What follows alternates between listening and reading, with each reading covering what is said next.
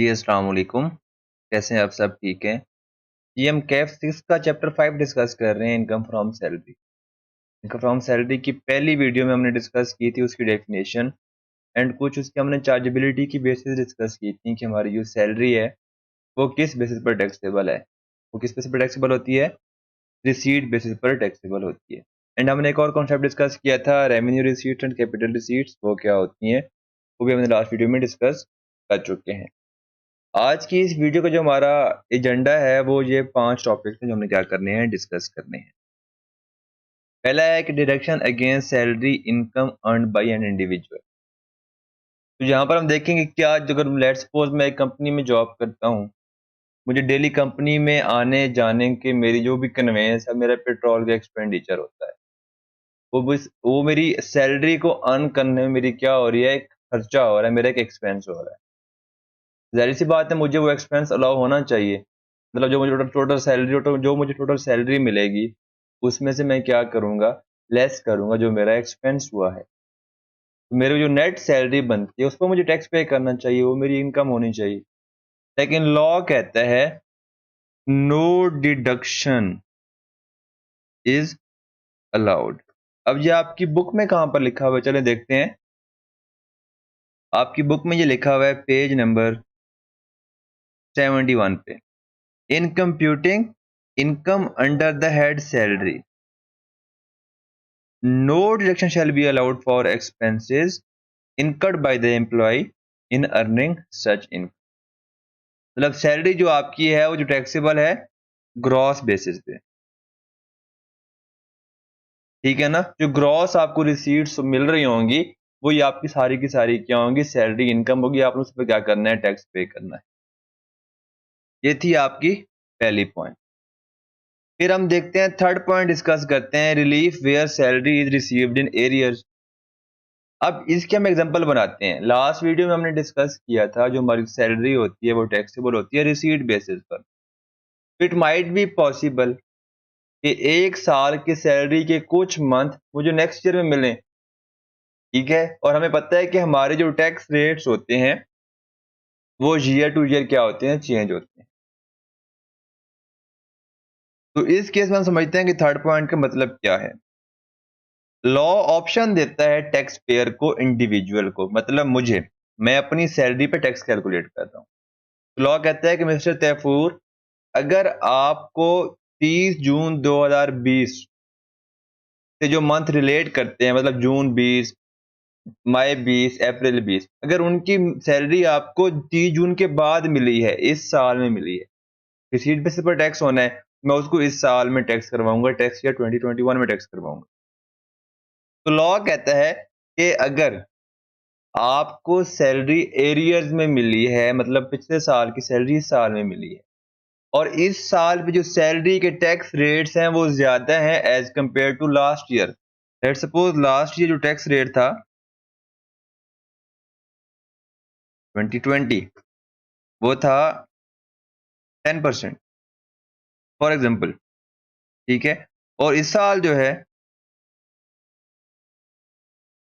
Tax rate है वो 13% है।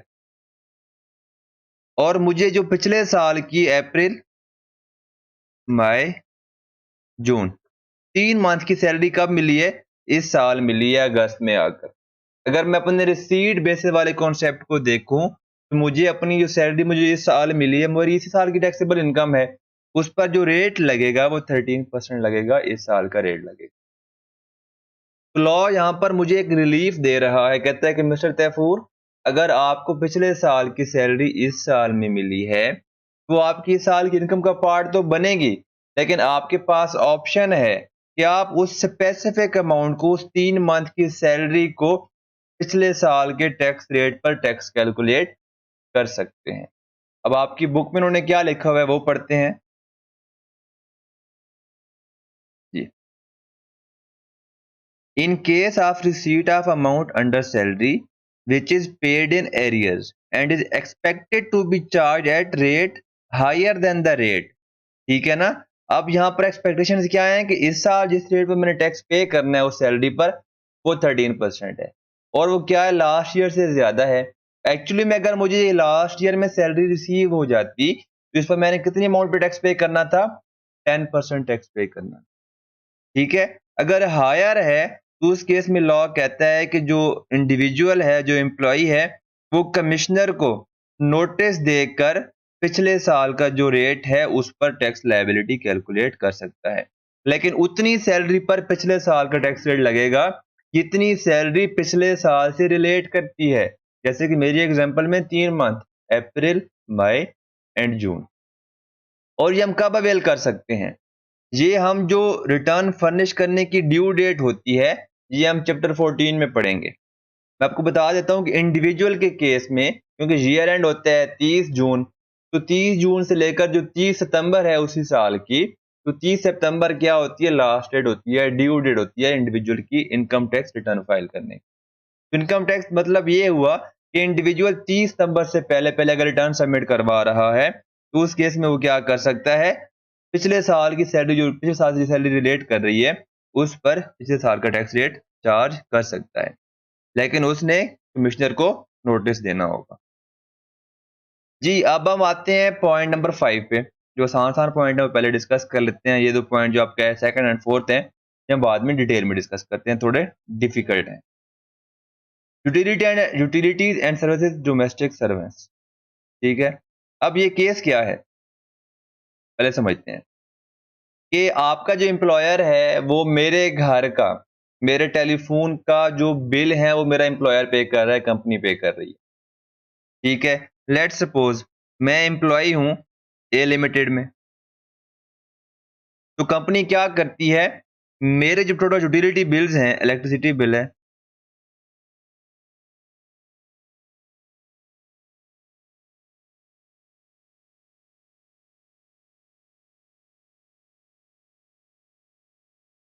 अमाउंट है ₹50,000, तो टेलीफ़ोन बिल है,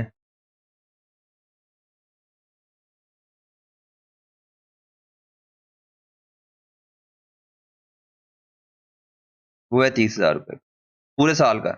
ठीक है ना? मगर पर मंथ है, तो इसको मल्टीप्लाई बाय 12 कर देंगे, क्योंकि हम क्या कर रहे हैं, पूरे 12 मंथ का सैलरी पूरे साल की हम कैलकुलेट करते होते हैं। टेलीफ़ोन बिल, फिर हमारे पास आता है gas bill and so on. बाकी जितनी यूटिलिटीज़ है मेरे पास है, वाटर का बिल भी हो सकता है डिफरेंट एरियाज़ में, डिफरेंट सिटीज़ में वाटर भी आप क्या कर रहे होते हैं, मंथली बिल पे कर रहे होते हैं। ठीक है? अब यहाँ पर पहला केस है कि सारे की सारी जो अमाउंट है, all the utility are paid by employer. तो जो 1 लाख रुपए है, 1 लाख का 1 लाख कौन एक्सपेंस मेरा पर्सनल है, मेरे घर का एक्सपेंस है, मुझे अपनी पर्सनल पॉकेट से पे करना चाहिए। लेकिन ए लिमिटेड का जो सीईओ है, डायरेक्टर कहता है कि तैफूर साहब, आपको हम सैलरी तो देंगे ही देंगे, इसके साथ-साथ आपके घर के जो यूटिलिटी बिल्स होंगे सारे के सारे वो भी कंपनी पे करेगी। तो लॉ कहता है जी आपको बेनिफिट मिल रहा है 1 लाख रुपए का पर मंथ के हिसाब से या पूरे साल का। तो जी आपका 1 लाख क्या होगा? सैलरी होगी, टैक्सेबल सैलरी होगी। ये आपकी सैलरी का पार्ट बनेगा। ठीक है, इस बात की समझ आ गई? दूसरा केस क्या हो सकता है?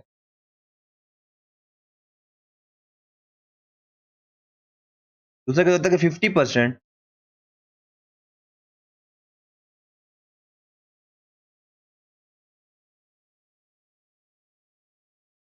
दूसरा केस क्या है कि जो 50% है, जितना टोटल मेरा बिल बनेगा, उसका जो 50% है वो क्या करेगी? कंपनी पे करेगी। अब मेरे पूरे साल की बिल तो 1 लाख रुपए के बने हैं, लेकिन जितना पोर्शन कंपनी मेरे बिहाफ पे पे कर रही है वो मेरी सैलरी का पार्ट बनेगा। तो इस केस में ₹50,000 मेरी सैलरी का पार्ट बनेगा। ये हैं यूटिलिटीज। सेकंड केस में क्या ऑप्शन था? Utilities and services of domestic servant. अब हो सकता है कि मैं कंपनी का डायरेक्टर बन जाता हूँ, इंशाल्लाह अल्लाह करे बनूं। तो कंपनी की ये पॉलिसी है कि कंपनी के डायरेक्टर को हम कुक भी देते हैं, वहां पर उसको ड्राइवर भी देते हैं and so on, multiple servants देते हैं। अगर उन सर्वेंट्स की सैलरी कंपनी पे करती है, जितनी उनकी सैलरी होगी वो सारी की सारी मेरे टैक्सेबल इनकम का, मेरी सैलरी का पार्ट बनेगी, क्योंकि मुझे बेनिफिट मिल रहा है। क्योंकि वो उसको पेमेंट कर रहे हैं मेरे बेनिफिट के लिए। फॉर एग्जाम्पल, अपने एग्जाम्पल को रिवाइज करते हैं। एक मेरे पास है गार्डनर, ठीक है, उन्होंने मेरे घर में बड़ा सा बंगलो उन्होंने मुझे दिया हुआ है, उसमें गार्डन भी है। तो उसमें कोई जो गार्डनर है वो क्या कर रहा है,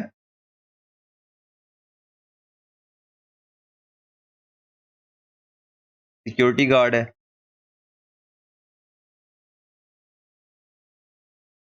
फिर मेरे पास है कुक, फिर है ड्राइवर। और भी सर्वेंट्स हो सकते हैं, ये फॉर अंडरस्टैंडिंग पर्पज आपको मैं बता रहा हूँ एग्जाम्पल, ताकि आपको जो कॉन्सेप्ट है, जो बात है लॉ के अंदर, वो क्लियर हो जाए। उसको हम पे कर रहे हैं सैलरी पर मंथ 40,000 रुपए। अब मैं कहता हूँ कि ये हम सैलरी पे कर रहे हैं, वो 40,000 रुपये पर मंथ पे कर रहे हैं। जो पहला केस मैं बनाता हूँ वो बनाता हूँ कि 50% ऑफ द,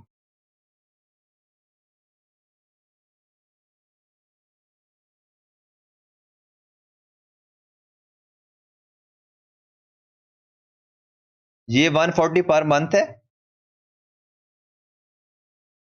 मुझे क्या चाहिए, पूरे साल की चाहिए, क्योंकि हम सेल टैक्स कैलकुलेट करते हैं पूरे साल का, हम इनकम कैलकुलेट करते हैं पूरे साल की।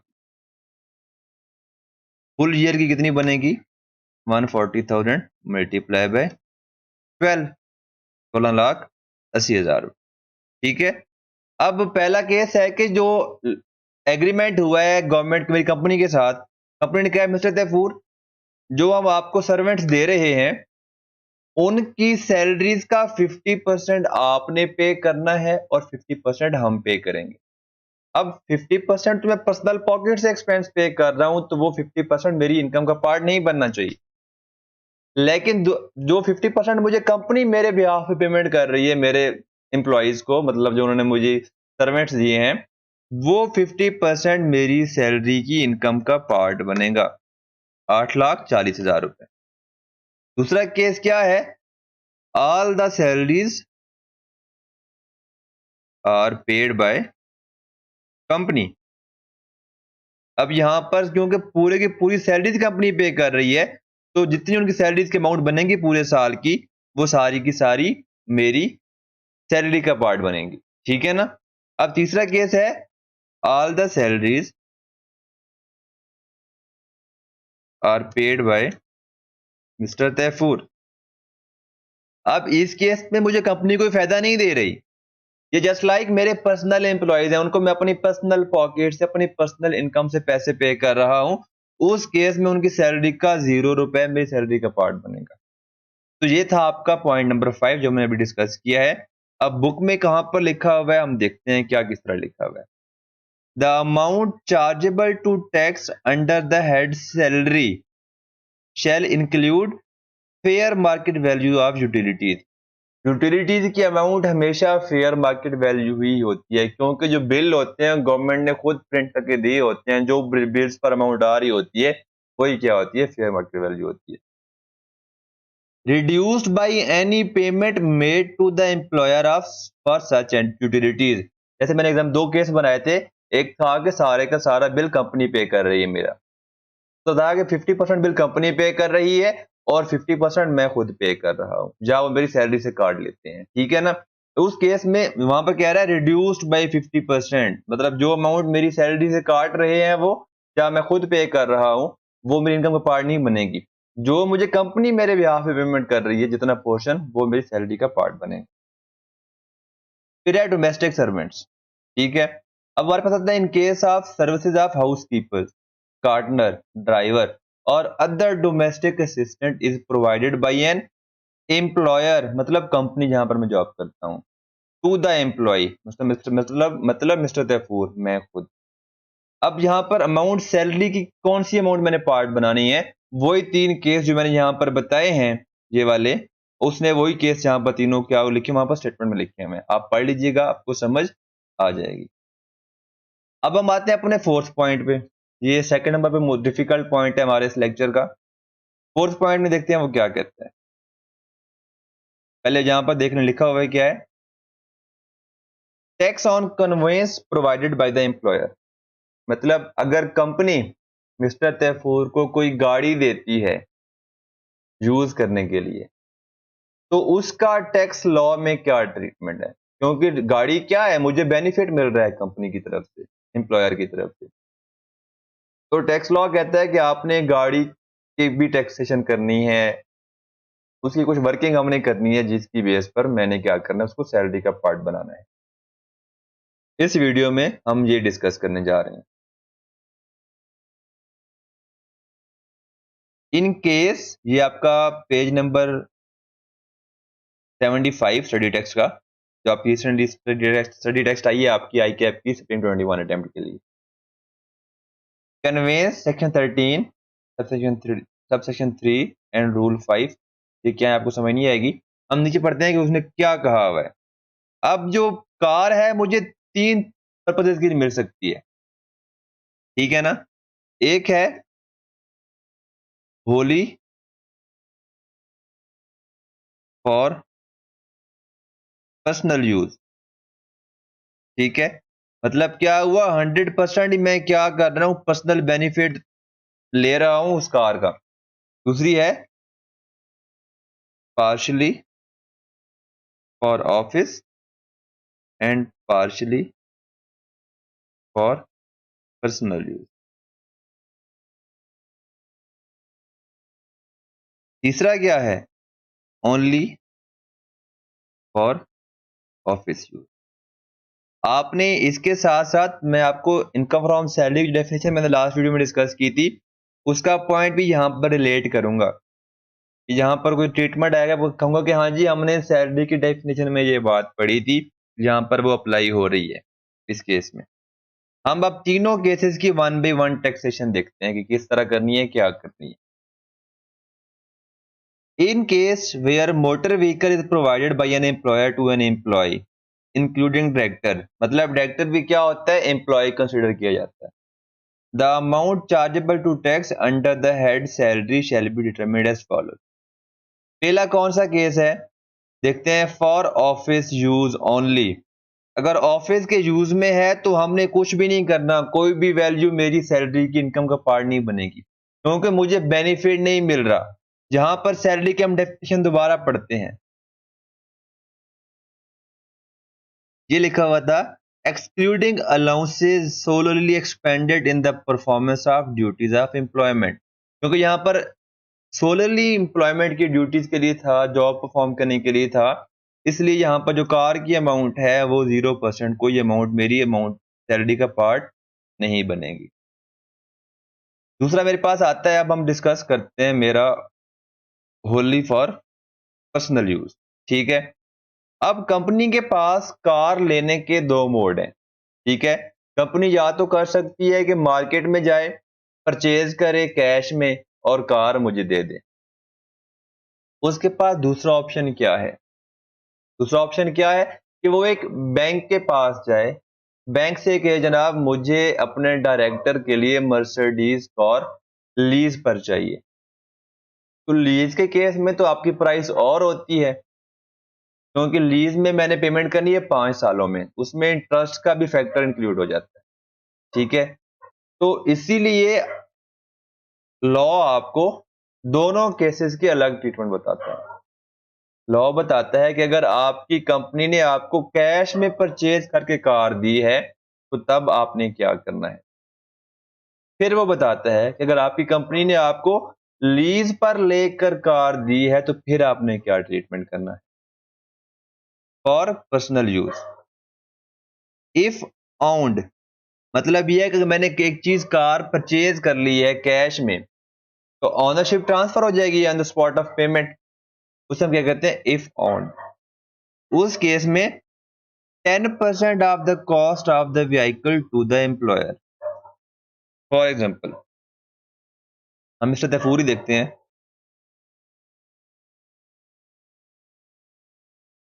तो हम अभी जो डिस्कस करेंगे पहले वो डिस्कस करेंगे कि होली फॉर पर्सनल यूज के केस में वो क्या होता है। अब पहला था कि हमने यहाँ पर पढ़ा है कि इफ ओन्ड, उस केस में क्या होना है, 10% of the cost of vehicle to the employer. अब हम देखते हैं कि मिस्टर तैफूर को कार मिली है जिसकी कॉस्ट थी, जब कंपनी ने परचेज की उसकी कॉस्ट थी 5 मिलियन, ठीक है। अब कंपनी ने परचेज करके मुझे कार दी है 5 मिलियन की, तो लॉ कहता है कि जो आपको कार मिली है, अगर आप वो होली फॉर पर्सनल यूज है, तो इफ ऑन ऑन के केस में, ठीक है ना, तो उस केस में आपने क्या करना है, 10% of cost of is equal to salary, ठीक है। तो उस केस में जो 10% ऑफ कॉस्ट होगा वो हर साल मेरी सैलरी का पार्ट बनेगा। जैसे कि इस केस में मेरे पास 5 मिलियन मल्टीप्लाई बाय 0.10, ठीक है। मतलब अगर मुझे एक कंपनी 50 लाख की कार सिर्फ पर्सनल यूज के लिए दे देती है, तो उस केस में 5 लाख हर साल मेरी सैलरी इनकम का पार्ट बनेगा जब तक वो कार मेरे पास रहेगी। दूसरा केस है इफ लीज्ड, सॉरी ये इफ लीज्ड हम डिस्कस कर रहे हैं फॉर पर्सनल यूज ओनली, ठीक है। अब दूसरा ऑप्शन क्या है कि मेरी जो कंपनी थी ए लिमिटेड, ठीक है, वो चली गई बैंक के पास। पहले वो मार्केट में गई, मार्केट वालों ने कहा कि जनाब जो कार है उसकी कॉस्ट है, हम आपको देंगे वो 8 मिलियन की, ठीक है। वो कहते हैं जनाब मेरे पास इस टाइम कैश इतना नहीं पड़ा हुआ, बिजनेस है उसने कैश की और पेमेंट करनी होगी, रिसोर्सेज यूज करने होंगे, अपने प्रॉफिट अर्न करने हैं। वो चले गया बैंक के पास।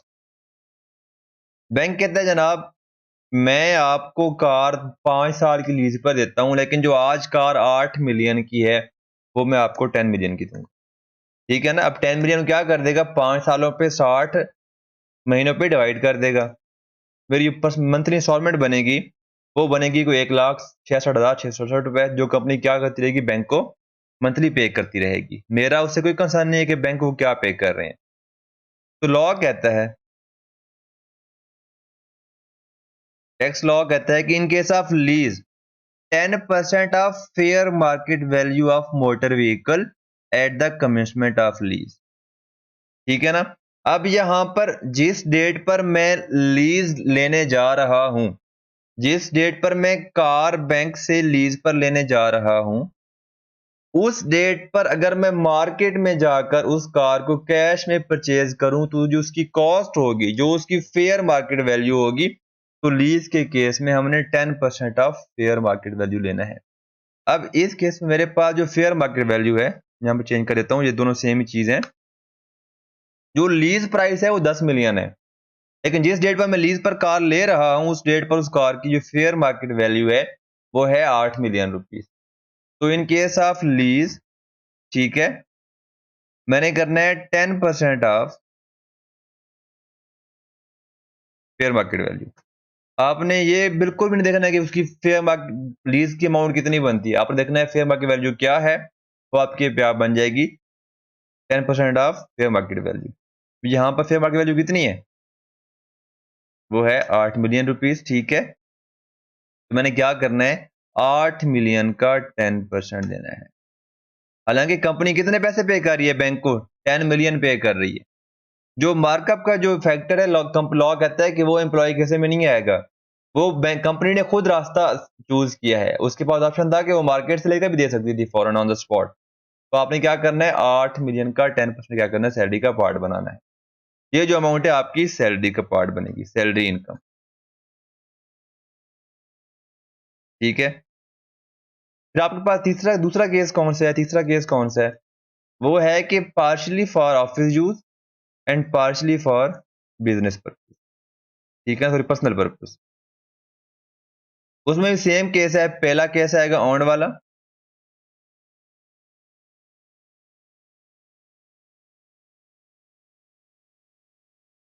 ठीक है।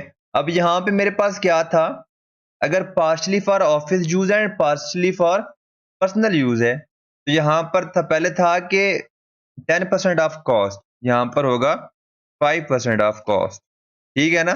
मैं क्या करूंगा, मेरी सैलरी का पार्ट कौन सी अमाउंट बनेगी, वो बनेगी 5 मिलियन मल्टीप्लाई बाय 5%, ठीक है। सेम लीज के केस में सेम रूल है। लॉ कहता है कि जो fair market value at the time of lease थी वो कितनी थी, 8 मिलियन। आपने क्या करना है, fair market value of, sorry 5% of fair market value, ठीक है। तो आपने इसका क्या करना है, मल्टीप्लाई कर देना है 5% से, ठीक हो गया। ये आपका क्या था, tax calculation of conveyance provided by employer to his employees. ये था partially for personal and official use. If owned 5% of cost of the vehicle, if leased 5% of the fair market value, ठीक है। ये बात क्लियर। अब हमारे इस video का लास्ट टॉपिक जो हमने डिस्कस करना है वो है टर्मिनेशन ऑफ एम्प्लॉयमेंट। अब यहाँ पर ये केस क्या था, हमने chapter sorry income from salary के पहले लेक्चर में जब हमने डेफिनेशन डिस्कस की थी सैलरी की, तब हमने डिस्कस किया था कि अगर एम्प्लॉय को टर्मिनेशन पे एक लमसम अमाउंट मिलती है वो आपकी सैलरी का पार्ट बनती है। तो लॉ आपको इस ट्रीटमेंट जो है बता रहा है कि अगर आपको टर्मिनेट किया जा रहा है अपनी एम्प्लॉयमेंट से, अपनी जॉब से, जो आपको उस केस में जो पेमेंट मिलेगी उसका आपने टैक्स ट्रीटमेंट क्या करना है। एक तो ये है, जो पहला ट्रीटमेंट मेरे पास क्या हो सकता है कि मैं लॉ ऑप्शन मुझे दे रहा है वो है कि जो मुझे अमाउंट रिसीव,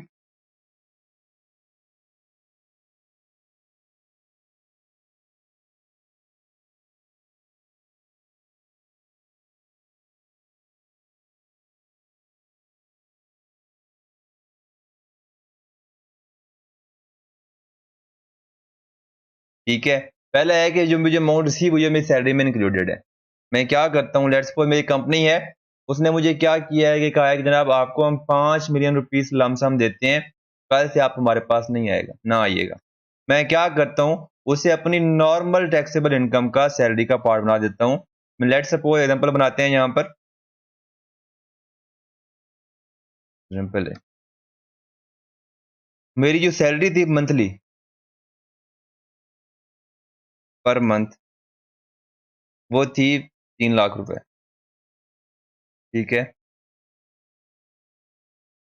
मुझे एक कार मिली हुई थी, भी मैंने ऊपर पड़ा है, उसकी जो कॉस्ट है, कार की कॉस्ट वो है 4 मिलियन,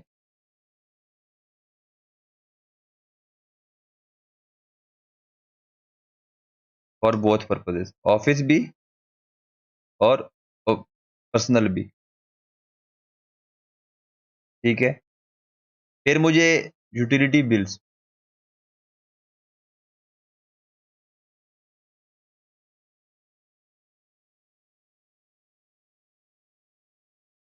मंथली कितने पे कर रही है कंपनी मेरे भी, पे यूटिलिटी बिल्स पे कर रही है 1,50,000, ठीक है। और फिर मुझे टर्मिनेशन बेनिफिट्स,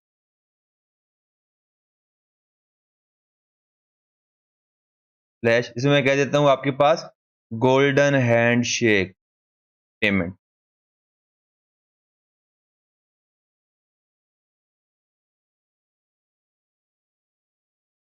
वो थी 6 मिलियन,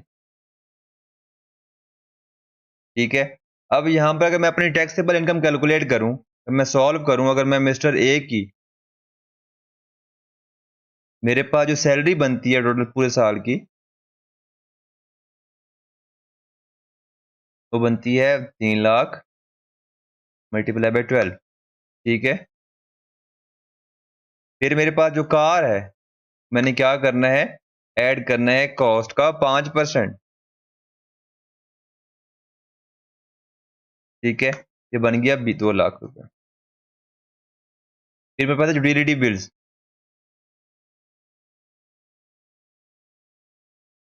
वो मेरे पास हैं 1,50,000 per month multiply by 12, 18 lakh रुपए, ठीक है।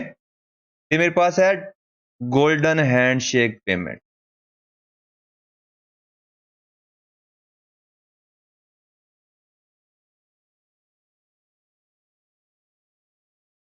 कितनी अमाउंट है, 6 मिलियन।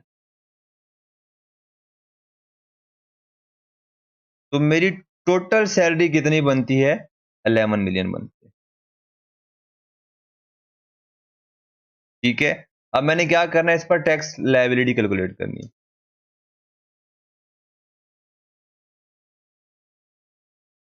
अब यहां पर मुझे लॉ दो ऑप्शन देता है।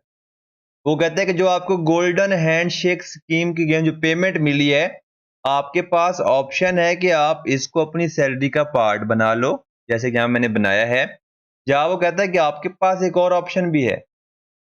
वो ऑप्शन क्या है, चलें देखते हैं। यहां पर बना लेता हूं दूसरे एग्जांपल। वो कहता है आपके पास दूसरा ऑप्शन है कि आप जो ये सैलरी है,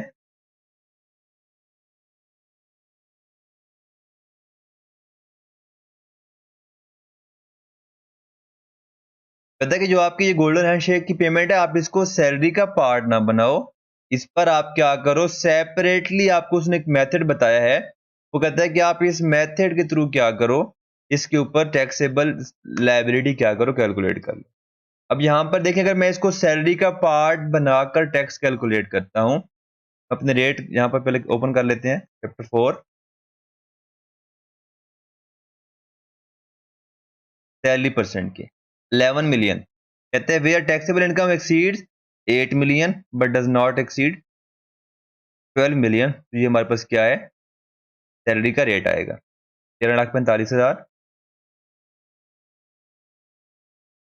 तो हम प्लस करेंगे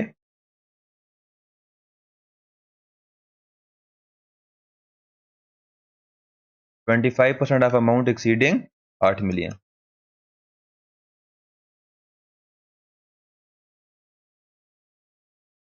अगर हम देखें तो यहाँ पर मेरा टोटल टैक्स लाइबिलिटी बनती है, अगर मैं इसमें ऐड करूं इसको, तो मेरे पास बनती है 22,45,000 रुपए, अगर मैं इस गोल्डन हैंडशेक पेमेंट को अपनी सैलरी का पार्ट बनाता हूं तो। अगर मैं दूसरे ऑप्शन में जाऊं, तो लॉ कहता है कि आप क्या करो, इस गोल्डन हैंडशेक को अपनी सैलरी का पार्ट ना बनाओ, बल्कि इस गोल्डन हैंडशेक पर आप सेपरेटली क्या करो, टैक्स कैलकुलेट करो। सेपरेटली किस तरह मैं टैक्स कैलकुलेट करूंगा, लॉ कहता है, आपको मैं उसका तरीका बताता हूं। उसका तरीका क्या है, वो कहता है कि आपने जो पिछले 3 सालों में जो टैक्स पे किया है, और जो आपके पिछले 3 सालों में टोटल टैक्सेबल इनकम थी, उस पर आपने क्या करना है, एक रेट कैलकुलेट करना है। फॉर एग्जाम्पल, इस एग्जाम्पल में मैं कहता हूं कि मिस्टर जो ए है, मिस्टर ए, मिस्टर ए की टैक्सेबल इनकम, ठीक है, और टैक्स लायबिलिटी ये है 2020 से साल का, 2019 एंड 2018। ये थी 5 मिलियन, ये थी 3 मिलियन, और ये थी 4 मिलियन। ये मेरा टैक्स था 15 लाख, मेरा टैक्स था 12 लाख,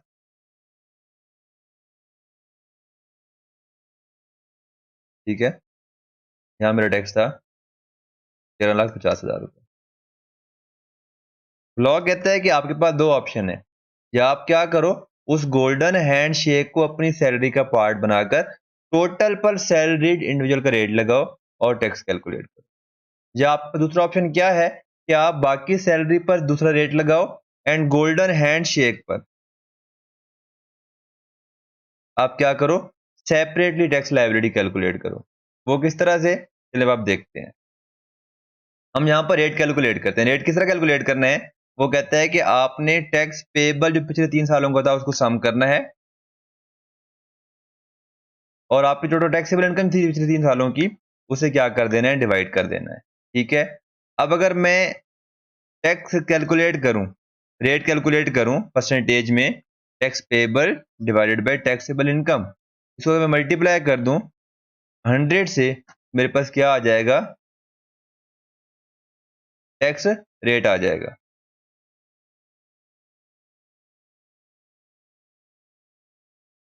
ठीक है, इसको अगर मैं परसेंटेज में करूं, ये आ गया 34%। अब अगर मैं क्या करता हूं, 6 मिलियन, मेरे पास दो ऑप्शन है, मैं 6 मिलियन को मल्टीप्लाई करता हूं 34% से, मेरे पास क्या आ जाएगी, गोल्डन हैंडशेक पर टैक्स पेबल आ जाएगा, ठीक है। ये मेरे पास बन रहा है 2 मिलियन का। अब 5.6 मिलियन में मैंने क्या करना है, नॉर्मल टैक्स कैलकुलेट करना है, जो भी हमने मेथड पढ़ा था, वो भी हमने रेट हम देखे थे, हम रेट कैलकुलेट करते हैं। वो कहता है कि 5 मिलियन पर आपकी जो टैक्स पेबल है वो आपका है डायरेक्ट 6 लाख, यहाँ पर amount exceeding 5 million but does not exceeding 8 million. ठीक है, हम देखते हैं 6,70,000 रुपए टैक्स पेबल कितने हैं, 6,70,000 रुपए,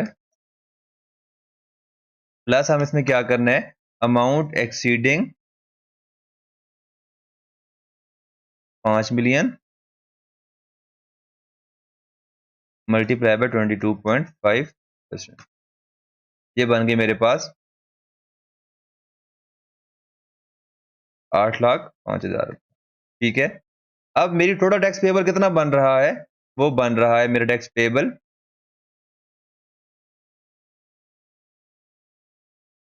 22,45,000 रुपए। अब लॉ कहता है कि जो ऑप्शन इंडिविजुअल के लिए बेहतर है, जो यूज करना चाहे वो यूज कर सकता है।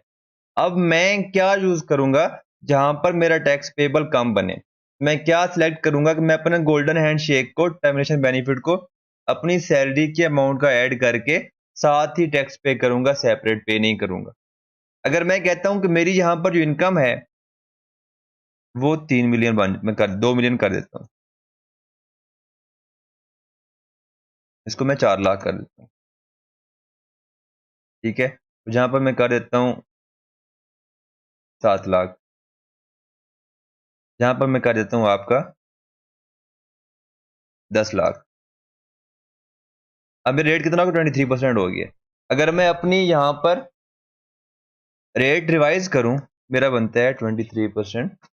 अब यहां पर मेरी टैक्स लायबिलिटी जो बन गई है वो 1,85,000 रुपए बनी है। अब मैं कौन सा ऑप्शन सेलेक्ट करूंगा, अब मैं ऑप्शन सेलेक्ट करूंगा कि मैं अपनी जो टैक्स, जो गोल्डन हैंड शेक है, उसको मैं सेपरेटली, जो ऑप्शन मुझे लॉ ने दी है उस पर टैक्स करवाऊं एंड बाकी सैलरी को सेपरेट टैक्स करवाऊं। ये था मेरा आज की इस वीडियो का हमारा एजेंडा जो हमने डिस्कस किया है। अगर कोई कन्फ्यूजन है तो आप क्या कर सकते हैं, कमेंट्स में क्वेश्चन पूछ सकते हैं।